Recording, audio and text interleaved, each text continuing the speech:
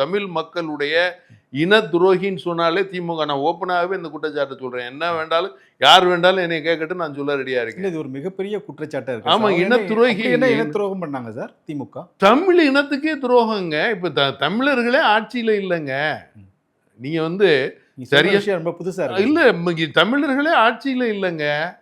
நீங்க இப்ப அவங்க ஆட்சி அதிகாரமே தமிழர்களுக்கானது. என்ன தமிழர்களுக்கானதாக இருந்தா ஜாதி எங்கெங்க வந்தது?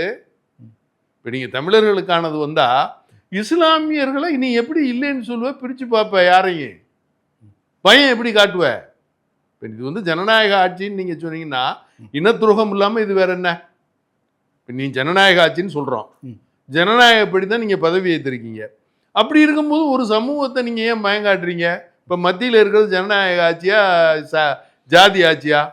பாரத பிரதமர் மோடிஜி அவர்கள் ஜனநாயகப்படி தேர்ந்தெடுக்கப்பட்டவரா இல்ல ஜாதிப்படி தேர்ந்தெடுக்கப்பட்டவரா?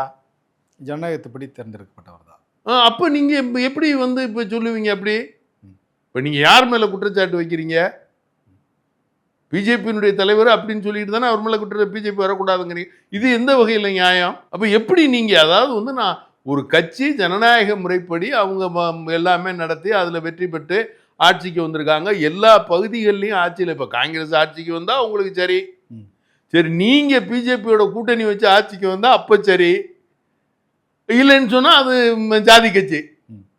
அப்ப நீங்க என்ன கட்சி? அதான் மதவாத கட்சி. அப்ப நீங்க என்ன கட்சி?